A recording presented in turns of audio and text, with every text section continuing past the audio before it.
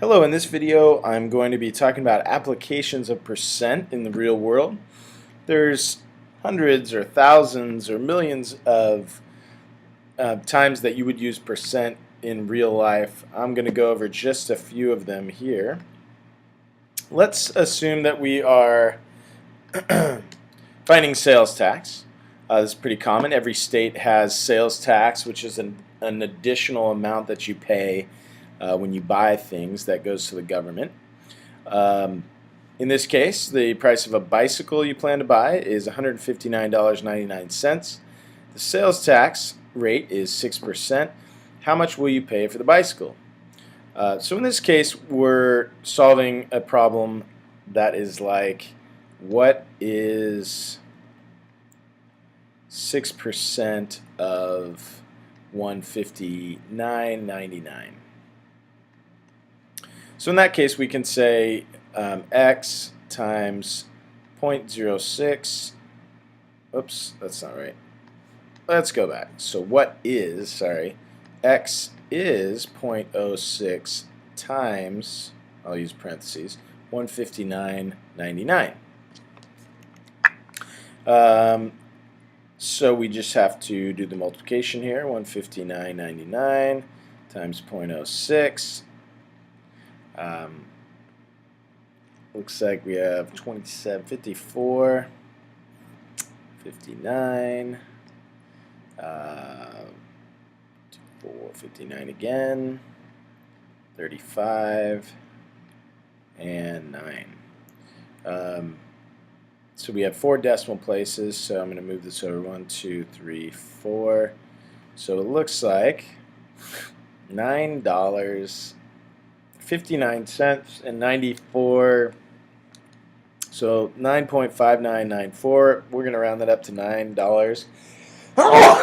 Excuse me, and 60 cents. So that is the sales tax.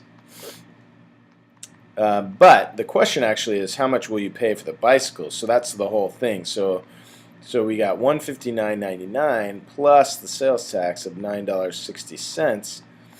So we're actually going to pay, let's see, 961. So $169.59 is the final price of the bicycle. All right. A lot of times when you are out to dinner or taking a taxi or any sort of service situation, you're going to tip the person. So in this case, you're taking a ride in a taxi, and the taxi fare is $17.85. In this case, the fare is the price you pay for the taxi ride. But you are also expected to give a tip on top of that. So we need 15% of that. So 15% of $17.85 is what? And so we got 0.15 times $17.85 equals the tip, or X. Now in the case of tipping, it's not an exact amount. So when I tip, I estimate. So when I look at $17.85, I always round up to 18 here. So it's like $18. 10% of $18 is real easy to find. You just move the decimal back. So 10% of $18 is $1.80. And if that's the case, 5% is just half of this. So 5% of 18 is 90 cents. So 15%, if you just add up both of these, is going to be $2.70. Let's fill in the blanks here. So 15% of $18 is $2.70. So this is something that you can do in your head. Moving a decimal is pretty easy in your head, turning 18 to 180. Figuring out half of 180 is pretty easy. Adding them up will be pretty easy. So then what I do is I think, well, it's 18 bucks plus almost $3. So I would give the driver that 18 plus 3. So I would actually give the driver here $21 because I'm not going to go searching around in my pockets for change or whatnot. All right, next one. So here we have commission on a $500 sale with a commission rate of 12.5%. A lot of people who sell things such as houses, cars, jewelry, watches, they make what's called commission, and they don't get an hourly rate. So like if you're babysitting, you might make $15 an hour or $10 an hour. Well, these people don't necessarily make an hourly wage, but they get a percentage of what they sell for a wage. So they make money based on what they sell. So in this case, the commission, which is what they call it, so that's what your pay is, your commission, is going to be 12.5% of whatever you're selling. So we need to figure out in this case 12.5% of 500 is what? Okay, in this case, since it's money you're getting paid, you're going to want to get the exact amount. So we need 0.125 times 500 equals commission in this case, or what you get paid. So I'm going to try to make this a little easier to do rather than actually doing 500 times 0.125. We could do that. We can figure that out. But I think it'll be easier. If I multiply this by 1,000, I get 125. And then I'll just take half of that, which is going to be 62.50. So 62.50. Now you can check that on your calculators or on your paper, but I'm pretty sure that's correct. I can also double check because 10% of 500 is 50, and this is going to be a little more than that. So I'm pretty confident with $62.50. And so that's my commission for selling whatever it is that I sold for 500 bucks. This happens a lot, especially during Christmas time, where stores hire on additional salespeople to help with the Christmas rush.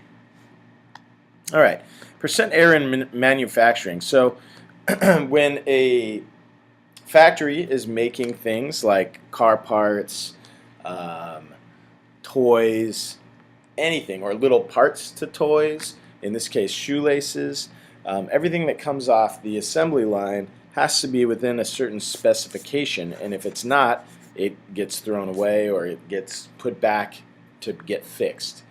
Okay, so in this case we have you're a supervisor at a shoelace factory, and you check the length of one shoelace out of every 500. They don't check everything that they make because that would just take too long. If shoelaces are not within 0.5% of the specified length, they will be rejected. A 36-inch shoelace, she just checked, was 35.865 inches long. Does she reject this shoelace? Well, there's actually a formula that goes along with percent error. And here is the formula. Percent error equals the desired value minus the measured value divided by the desired value. So that's going to give you the decimal version, but we need it to be a percent, so we're then going to multiply it by 100. So in this case, the desired value was 36 inches, so we need to figure 36 minus the measured value, which was 35.865, divided by the desired value, which was 36, and then we're going to multiply it by 100 later. So 36 minus 35.865 is equal to 0.135, I believe. 135?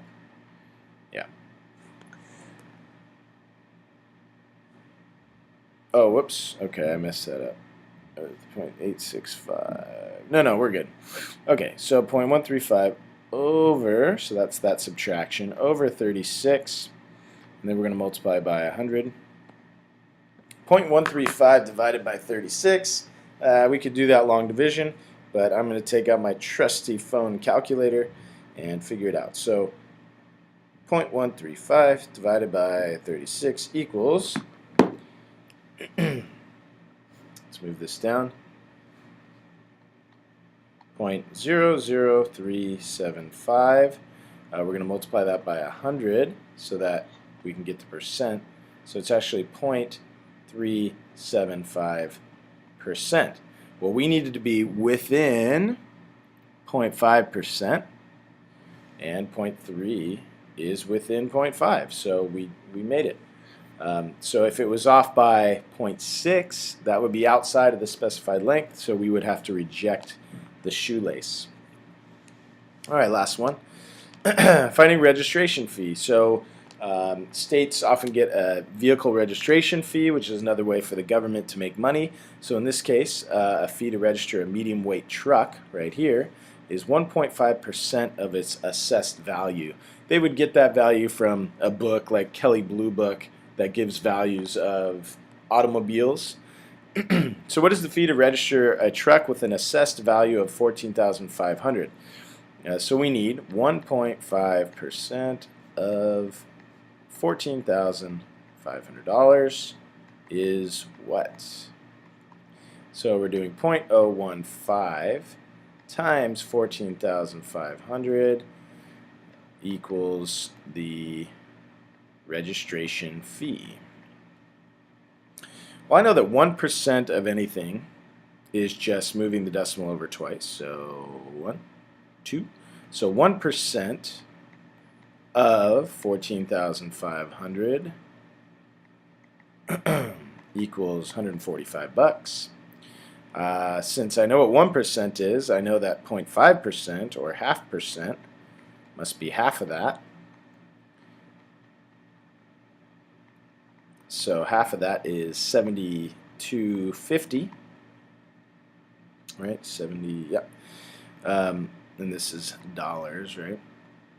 So 1.5% must be whatever that is added up. Let's see, 145.00 plus 72.50 is going to be